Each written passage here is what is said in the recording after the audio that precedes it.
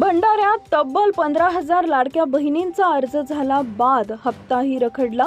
युसुफ पठाण, प्रतिनिधी, मालेगाव.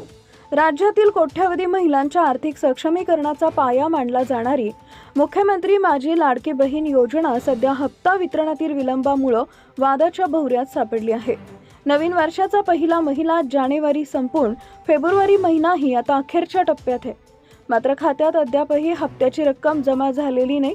या विलंबामुळे लाभार्थी महिलांमध्ये संभ्रम निर्माण झाला आहे. प्रशासकीय यंत्रणेकडून कोणतीही अधिकृत माहिती मिळत नसल्याने संताप व्यक्त केला जातोय. सुरुवातीला असा कयास होता की जानेवारीचा हप्ता फेब्रुवारीच्या पहिल्या आठवड्यात दिला जाईल. मात्र फेब्रुवारी महिना संपत आला तरी आर्थिक तरतुदीतील काही तांत्रिक पेच किंवा प्रशासकीय धोरणात्मक निर्णयामुळे ही प्रक्रिया रखडली आहे. आता मंत्रालयातील सूत्रांकडून मिळालेल्या माहितीनुसार राज्य सरकार जानेवारी आणि फेब्रुवारी या दोन्ही महिन्यांचे एकत्रित 3,000 रुपये महिलांच्या खात्यात जमा करण्याच्या तयारीत आहे. एकाच वेळी ही रक्कम मिळाल्यास महिलांना मोठा आर्थिक दिलासा मिळू शकतो. यंदा होळीचा सण 2 आणि 3 मार्चला येत आहे. सणासुदीच्या काळात सर्वसामान्यांच्या खिशात पैसा असावा हा हेतू डोळ्यासमोर ठेवून राज्य सरकार होळीच्या मुहूर्तावर हप्ते वितरित करण्याची शक्यता आहे. जर मार्चच्या पहिल्या आठवड्यात हे पैसे जमा झाले तर महिलांना होळी व धुलीवंदनाचा सण उत्साहात साजरा करता येईल.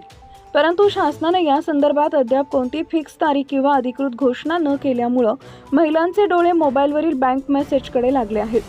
मुख्यमंत्री माझी लाडकी बहीण योजनेच्या लाभापासून तांत्रिक कारणामुळे वंचित राहिलेल्या महिलांसाठी प्रशासनानं मोठी मोहीम हाती घेतली आहे. सध्या जिल्ह्यातील 20,827 महिलांच्या KYC दुरुस्तीचं काम युद्धपातळीवर सुरू आहे. त्यामुळे रखडलेला हप्ता मिळण्याचा मार्ग मोकळा झालाय.